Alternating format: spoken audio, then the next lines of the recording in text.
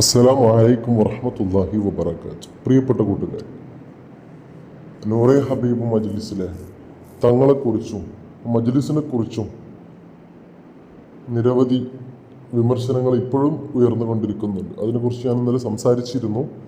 അപ്പോൾ തങ്ങളാണെന്ന് അംഗീകരിക്കാൻ ബുദ്ധിമുട്ടുള്ള ആളുകൾക്ക് ഏറ്റവും നല്ലത് അവിടെ പോയിട്ട് അന്വേഷിക്കലും അദ്ദേഹത്തിന് ഒരു തങ്ങളുമായിട്ട് ബന്ധപ്പെട്ട രേഖകൾ കാണിക്കാൻ പറയുകയൊക്കെ നേരിട്ട് ചെയ്താൽ, എന്നിട്ട് അതിലൊരു വ്യക്തത കിട്ടിയിട്ടില്ലെങ്കിൽ അതിനെക്കുറിച്ച് സംസാരിക്കുക എന്നുള്ളതൊരു ഉചിതമായ കാര്യമാണ്. പക്ഷെ എന്നാലും ഒരിക്കലും അങ്ങനെ സംസാരിക്കാൻ പാടില്ല.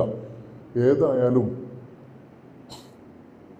അല്ലെങ്കിൽ അവിടുത്തെ നാട്ടുകാരായിട്ട് അന്വേഷിച്ചാൽ അറിയാം, അവരുടെ പൂർവ്വപിതാക്കന്മാരെ കുറിച്ച് അന്വേഷിച്ചാൽ അറിയാം തങ്ങളാണോ അല്ലേ എന്നുള്ളത്. എല്ലാം സിമ്പിളായിട്ട് നമുക്ക് കണ്ടെത്താൻ പറ്റുന്ന പരിപാടിയാണ്.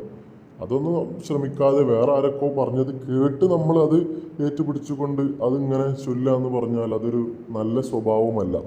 ഇൻഷാ അല്ലാഹ്, അള്ളാഹു എല്ലാവരുടെയും മനസ്സ് നന്നാക്കി കൊടുക്കുമാറാവട്ടെ, നന്നാക്കി തരുമാറാവട്ടെ. ആമീൻ. പരിശുദ്ധമാക്കപ്പെട്ട റമളാനിൽ അള്ളാഹു, ഞാൻ പഴയ വീഡിയോകളിലൊക്കെ മുന്നത്തെ വീഡിയോകളിലൊക്കെ പറയുന്നത് പോലെ നമ്മുടെ ഇബാദത്തുകൾ കൊണ്ട് നമുക്ക് നമ്മുടെ ഹൃദയം പ്രകാശിപ്പിക്കാൻ നമുക്ക് കഴിയണം. അപ്പോൾ അതിന് നമ്മൾ ആക്ഷേപങ്ങളുടെ പിന്നാലെ പോകാതെ നമുക്ക് എന്തെങ്കിലും ചെയ്യാൻ പറ്റുമോ അത് നമ്മൾക്ക് വേണ്ടിയിട്ട് നാളേക്ക് വേണ്ടി ചെയ്തു വെക്കുക. അത് മാത്രമാണ് നമുക്കൊരു പോംവഴിയുള്ളത്. കുറേ ഉസ്താദുമാർ, നേതാക്കന്മാർ, തങ്ങൾമാർ നമുക്ക് നേതൃത്വം കൊടുക്കാനുണ്ട്.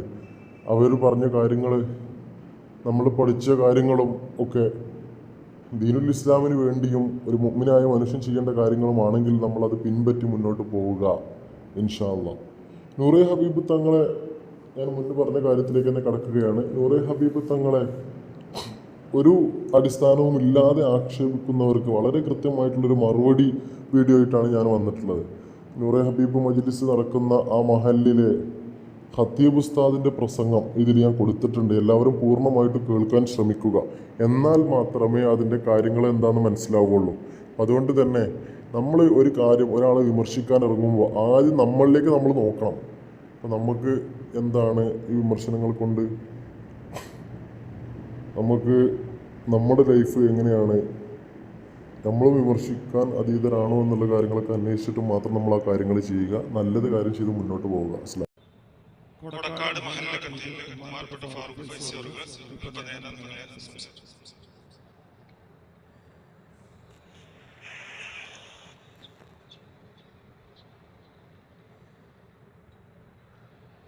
السلام عليكم ورحمة الله وبركاته. الحمد لله رب العالمين، الصلاة والسلام على رسول الله وعلى آله الفائزين برضا الله وبعد. اللهم صل على محمد وعلى آل محمد كما صليت على إبراهيم وعلى آل إبراهيم إنك حميد مجيد.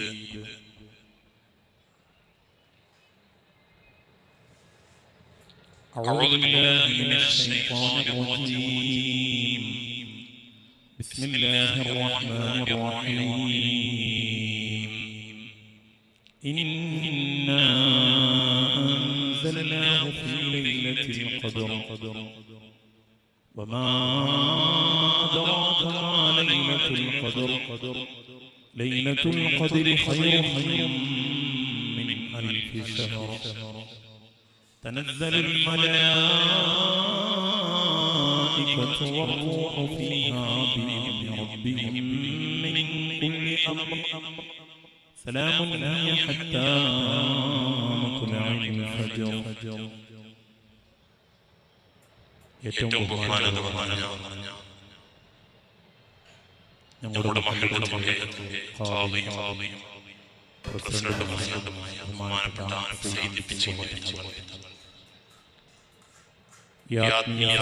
നേതൃത്വം നൽകുന്ന ബഹുമാനപ്പെട്ട ഹാബിദ്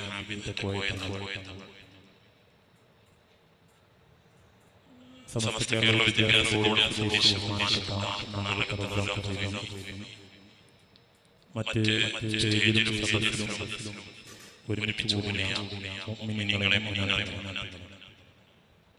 അല്ലാഹു സുബ്ഹാനഹു വ തആല നമ്മുടെ കൂടെ ഒരു സ്വാലിഹായ അമലായി കബൂലാക്കട്ടെ. പരിശുദ്ധമാകുന്ന റമളാനിലെ പുണ്യമേറിയ രാവിലാണ് നമ്മൾ ഒരുമിച്ച്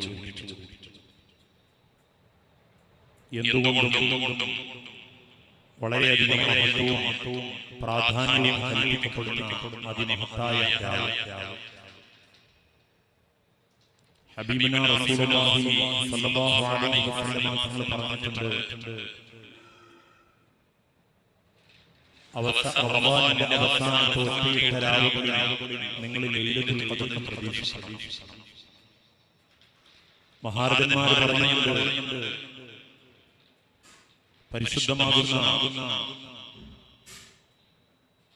റമളാനിന്റെ അവസാനത്തെ പത്തിലെ ഒറ്റയിട്ട രാവ് ഒരു വെള്ളിയാഴ്ച രാവിലെ അന്ന് നിങ്ങൾ ലൈലത്തുൽ ഖദ്റിനെ പ്രതീക്ഷിക്കണമെന്ന് മഹാരഥന്മാർ നടത്തിയിട്ടുണ്ട്. മറ്റൊരു ഭാഗത്ത് ഹുജ്ജത്തുൽ ഇസ്ലാം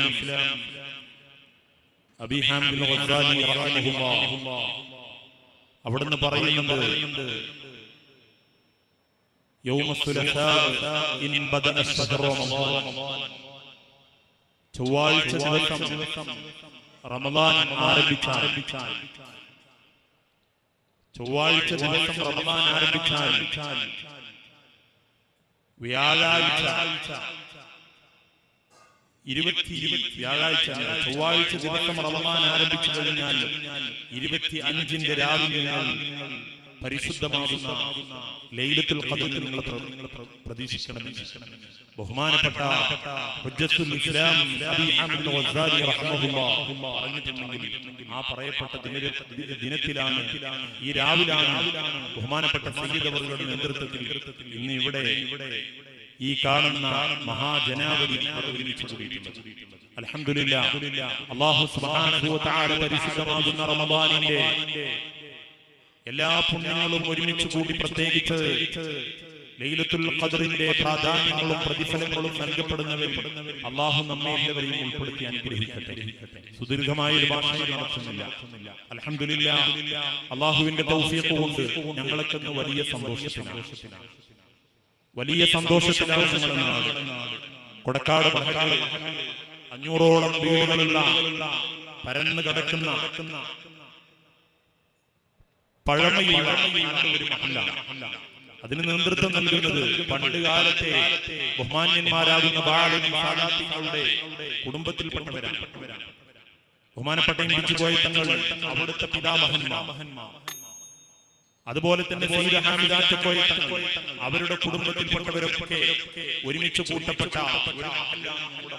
അവിടെ ആ പള്ളിയുടെ ജിവാറിലായി അവിടുത്തെ ചാരിയായി കൊണ്ട് മറവ് ചെയ്യപ്പെട്ടിട്ടുണ്ട്. ഇവരുടെയൊക്കെ പിതാക്കന്മാരെയും പിതാമഹന്മാരെയും അവരുടെ മാതാവിനെയും അവരുമായി ബന്ധപ്പെട്ട ആളുകളെയൊക്കെ അവിടെ മറവ് ചെയ്തിട്ടുണ്ട്. അൽഹംദുലില്ലാഹ്, മാസങ്ങൾക്ക് മുമ്പ് ബഹുമാനപ്പെട്ട സയ്യിദ് അവர்களுമായി സംസാരിച്ചപ്പോ ഇമ്പിച്ചിക്കോയ തങ്ങള് നമ്മുടെ മഹല്ലത്തിന്റെ ഖാദി അവിടുന്ന് പറയുന്നത്, നമ്മുടെ നാട്ടിലെപ്പോഴും റോഡിനരികിൽ നിൽക്കുന്ന പള്ളിയായതുകൊണ്ട് നിസ്കരിക്കാൻ വേണ്ടി സ്ത്രീകൾക്ക്, വഴിയാത്രക്കാരായ സ്ത്രീകൾക്ക് നിസ്കരിക്കാൻ വേണ്ടി സൗകര്യം അത് നമ്മൾ ചെയ്യൽ വളരെ അത്യാവശ്യം. ആ ഒരു വാക്ക് പറയേണ്ട താമസം അന്ന് വെള്ളിയാഴ്ച ജമാഅത്ത് ബഹുമാനപ്പെട്ട സയ്യിദ് ഹാമിദാറ്റ് കോയ തങ്ങൾ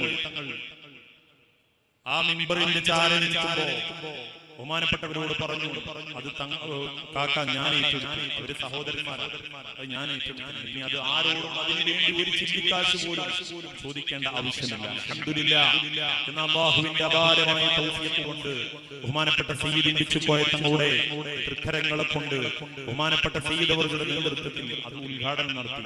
അത് കണ്ട ഒരു കൂട്ടം ആളുകളാണ് ഇവിടെ ഇരിക്കുന്നത്. മാത്രമല്ല, ഇൻഷാ അല്ലാഹ് ഇനി റമളാനിന് ശേഷം നിങ്ങൾക്കൊക്കെ അറിയാവുന്നതുപോലെ തന്നെ ഞങ്ങളുടെ പള്ളി പുനർനിർമ്മാണം നടത്താൻ പോവുകയാണ്.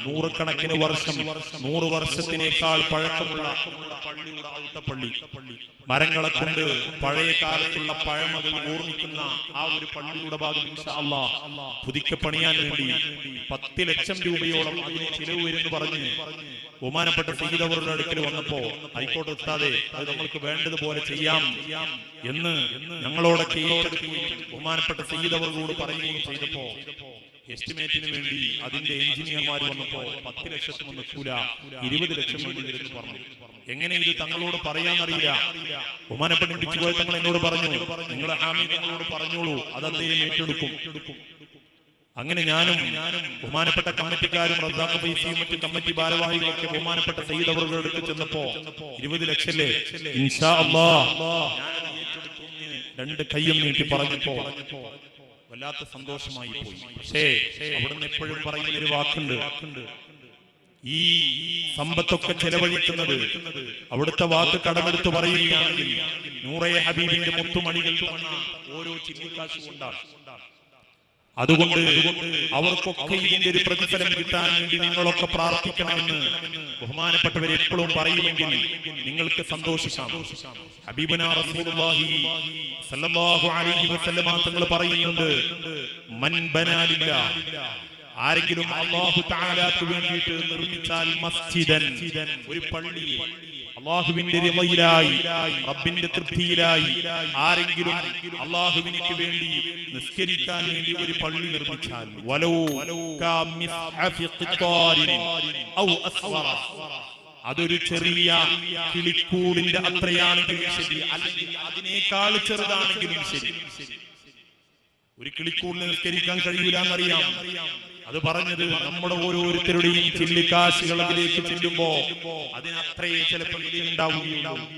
അങ്ങനെ നിങ്ങൾ നൽകുകയാണെങ്കിലും അല്ലാഹു സുബ്ഹാനഹു വ തആല പറഞ്ഞത് ബനല്ലാഹു ലഹു ബൈതൻ ഫിൽ ജന്ന, അല്ലാഹുവിന്റെ അനുഗ്രഹങ്ങളെ കൊണ്ട് നിറക്കപ്പെട്ട പരിശുദ്ധമാകുന്ന സ്വർഗീയ ഭവനത്തിൽ അല്ലാഹു അവനിക്ക് ഒരു വീട് നൽകപ്പെടുമെന്ന് ഹബീബുനാ റസൂലുള്ളാഹി സല്ലല്ലാഹു അലൈഹി വസല്ലമ തങ്ങൾ പറഞ്ഞിട്ടുണ്ടെങ്കിൽ നമ്മൾക്കൊക്കെ ഈ കൂടിയിരിക്കുന്ന അദ്ദേഹത്തിനെ സഹായിക്കുന്ന അവരുമായി ബന്ധം പുലർത്തുന്നവർക്കൊക്കെ സന്തോഷിക്കാവുന്ന ഒരു വലിയ ഒരു വകയാണ് ഈ ഒരു നിർമ്മാണവും ഈ സൽപ്രവർത്തനങ്ങളും. എന്തൊരു കാര്യത്തിന് വേണ്ടിയും ആ മുറ്റത്ത് ചെന്നാൽ ഒരാളെയും തിരിച്ചു പറഞ്ഞയക്കുന്നില്ല.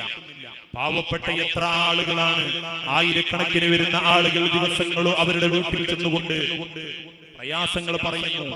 ഇൻഷാ അല്ലാഹ് ഈ മാസം അവസാനം 28-ാം തീയതി നടക്കാനിരിക്കുന്ന 16ഓളം വരുന്ന അഗതികളാകുന്ന അനാഥകളാകുന്ന മക്കളുടെ വിവാഹമാണ്. എത്ര പാവപ്പെട്ട മനുഷ്യരാണ് നമ്മുടെയൊക്കെ കുടുംബങ്ങളിൽ വിവാഹം ചെയ്തുവിടാൻ സാമ്പത്തികമാകുന്ന കഴിവില്ലാത്തത് കാരണത്താൽ വീട്ടിലിരിക്കുന്ന എത്ര ദമ്പതികൾ, കുഞ്ഞുമക്കള്, അവർക്കൊക്കെ താങ്ങായി തണലായി ബഹുമാനപ്പെട്ടവര് ഇൻഷാ അല്ലാഹ് വരും ഈ മാസത്തിന്റെ അവസാനവും ഒരു നല്ലൊരു സദസ്സ് സംഘടിപ്പിച്ചുകൊണ്ട് വിവാഹം നടത്താനിരിക്കുകയാണ്. അതിന്റെ കാർമ്മികത്വത്തിന്റെ ഉദ്ഘാടനം നടത്തുന്നതും ബഹുമാനപ്പെട്ട സയ്യിദ് കോയ തങ്ങൾ തന്നെയാണ്. അല്ലാഹു തആല അവർക്കൊക്കെ ആഫിയത്തുള്ള ദീർഘായുസ്സ് നൽകി അനുഗ്രഹിക്കട്ടെ. ഇനിയും ദീർഘകാലം നമ്മൾക്ക് വേണ്ടി നേതൃത്വം നൽകാൻ റബ്ബ് സുബ്ഹാനഹു വ തആല അവർക്കൊക്കെ തൗഫീഖ് നൽകി അനുഗ്രഹിക്കട്ടെ. അവരുടെ കുടുംബങ്ങളിൽ നിന്ന് അവരുടെ മക്കളിൽ നിന്ന് നമ്മൾക്ക് നേതൃത്വം നൽകാവുന്ന അതിന് പര്യാപ്തരായ ഇഖ്ലാസുള്ള ഒരു കൂട്ടം പരമ്പരയെ അല്ലാഹു നമ്മൾക്ക് ഖിയാമത്ത് നാൾ വരെ നിലനിർത്തി ദാനമായി പ്രദാനം ചെയ്യട്ടെ എന്ന് ഈ സമയത്ത് പ്രാർത്ഥിക്കുകയാണ്. മുഅ്മിനീങ്ങളെ, നാളെ റബ്ബിന്റെ മഹ്ശറിൽ ചെല്ലുമ്പോ, റബ്ബിന്റെ കോർട്ടിൽ ചെല്ലുമ്പോ ലക്ഷക്കണക്കിന് വരുന്ന ആളുകൾ അവിടെ ഒരുമിച്ച് കൂടുമ്പോ അല്ലാഹു അവിടുന്ന് ചോദിക്കുന്നൊരു ചോദ്യമുണ്ട്. അല്ലയോ മനുഷ്യ, എന്റെ വസ്ത്രം കീറിപ്പറിഞ്ഞുകൊണ്ട് ഒരു ഉടുക്കാൻ എനിക്ക് വസ്ത്രമില്ലാതെ നിന്റെ അടുക്കൽ ഞാൻ വന്നുകൊണ്ട് ഒരു വസ്ത്രം തരുമോ എന്ന് യാചിച്ചപ്പോ നീ എന്നെ പുച്ഛിച്ച് പറഞ്ഞയച്ചല്ലേ? ഒരു നേരത്തെ ഭക്ഷണം കഴിക്കാനില്ലാതെ, ഒരു ഉരുള എന്റെ വായിൽ വെക്കാനില്ലാതെ, അല്ലെങ്കിൽ എന്റെ മക്കളെ സ്വാതന്ത്ര്യപ്പെടുത്താൻ എന്റെ കയ്യിലും ഒന്നുമില്ലാതെ ഞാൻ പ്രയാസപ്പെടുമ്പോ ഒരു സഹായവുമായി, സഹായഹത്തവുമായി നിന്റെ അടുക്കിലേക്ക് ഞാൻ വരുമ്പോ നീ എനിക്ക് ഭക്ഷണം നൽകാതെ എന്നെ ആട്ടിയോടിച്ചല്ലേ? മറ്റു സഹായങ്ങൾ തേടിക്കൊണ്ട് നിന്റെ അടുക്കിലേക്ക് വന്നുകൊണ്ട് നീ എന്നെ പറഞ്ഞയച്ചല്ലേ എന്ന് അല്ലാഹു ആകുന്ന, ഉടമയാകുന്ന റബ്ബ് അടിമകളാകുന്ന നമ്മൾ ചില ആളുകളോട് ചോദിക്കുമ്പോ അവിടുന്ന് അല്ലാഹു സുബ്ഹാനഹു വ തആല അല്ലാഹുവിനോട് പറയുന്നൊരു മറുപടിയുണ്ട്. അല്ല അല്ലാഹുവേ, നീയല്ലേ റാസിഖ്, നീയല്ലേ ഞങ്ങളുടെ യജമാനൻ, നീയല്ലോ ഞങ്ങൾക്ക് ഭക്ഷണം നൽകുന്നവൻ, വസ്ത്രം നൽകുന്നവൻ. പിന്നെ എന്താണ്? നീ എപ്പോഴാണ് ഞങ്ങളുടെ അടുക്കൽ യാചകനായി കൊണ്ട്, വസ്ത്രം ചോദിച്ചുകൊണ്ട്, ഭക്ഷണം ചോദിച്ചുകൊണ്ട്, വെള്ളം ചോദിച്ചുകൊണ്ട് എപ്പോഴാണ് റബ്ബേ നീ ഞങ്ങളുടെ ചാരത്ത് വന്നതെന്ന് ചോദിക്കുമ്പോ അല്ലാഹു സുബ്ഹാനഹു വ തആല ആ കോടാന മനുഷ്യന്മാരെ കത്തിജ്വലിക്കുന്ന സൂര്യത്തിന്റെ താപമേറ്റ് പ്രയാസപ്പെടുന്ന മഹ്ശറാവൻ സഭയിൽ വെച്ചുകൊണ്ട് മറുപടി പറയുകയാണ്, എന്റെ പാവപ്പെട്ട അടിമ, ഒരു നേരത്തെ അന്നം കഴിക്കാനില്ലാതെ നിന്റെ അടുക്കൽ കഴിവുണ്ടായിരിക്കും, നിന്റെ അടുക്കൽ വന്നുകൊണ്ട് യാചിച്ചപ്പോ നിനക്കത് കൊടുക്കാൻ കഴിഞ്ഞില്ലല്ലേ, ധിക്കാരിയായല്ലോ എന്ന് റബ്ബ് ചോദിക്കുമ്പോ അതിൽ നമ്മൾ പെട്ടുപോകരുത്. മുഅ്മിനീങ്ങളെ, ആ ഒരു സാന്ത്വന പ്രവർത്തനമാണ് ബഹുമാനപ്പെട്ട സയ്യിദ് അവറുകള് ചെയ്തുകൊണ്ടിരിക്കുന്നത്. രോഗികളാകുന്ന ആളുകൾ, പാവപ്പെട്ടവരാകുന്ന ആളുകൾ, ഒരു നേരത്തെ അന്നം കഴിക്കാനില്ലാത്തവർ, മക്കളെ കല്യാണം കഴിക്കാൻ വേണ്ടി പ്രയാസപ്പെടുന്നവർ, അവർക്കൊക്കെ താങ്ങും തണലായിക്കൊണ്ട്, സാന്ത്വനമായിക്കൊണ്ട്, സ്നേഹത്തിന്റെ കൈനീട്ടിക്കൊടുത്തുകൊണ്ട് ബഹുമാനപ്പെട്ടവര് സഹായമസ്തം നീട്ടുമ്പോ ആ ഒരു സഹായമസ്തത്തിൽ നിങ്ങളുടെയൊക്കെ സമ്പത്ത് ഒരുമിച്ച് കൂടുന്നുണ്ടെങ്കിൽ അൽഹംദുലില്ലാഹ്, അല്ലാഹുവിന്റെ തൗഫീഖ് കൊണ്ട് നമ്മൾക്കൊക്കെ സന്തോഷിക്കാം. ഒരു പ്രതിഫലം എന്നും ലഭിക്കുന്നതാണ്. അതുകൊണ്ട് മുഅ്മിനീങ്ങളെ, ഈ പ്രാർത്ഥനയിൽ, ഈ സദസ്സിൽ ഒരുമിച്ച് കൂടിയ എല്ലാവർക്കും ആശംസ അർപ്പിച്ചുകൊണ്ട് അല്ലാഹു സുബ്ഹാനഹു വ തആല നമ്മുടെ ഈ കൂടലും പിരിയലും ഒരു സ്വാലിഹായ അമലായി നമ്മളിൽ നിന്ന് ഖബൂൽ ചെയ്യട്ടെ എന്ന പ്രാർത്ഥനയോടുകൂടെ എന്റെ വാക്കുകൾ ഞാൻ ഉപസംഹരിക്കുന്നു. വആഖിറു ദഅവാനാ അൽഹംദുലില്ലാഹി റബ്ബിൽ ആലമീൻ. അസ്സലാമു അലൈക്കും വറഹ്മത്തുള്ളാഹി വബറകാതുഹു.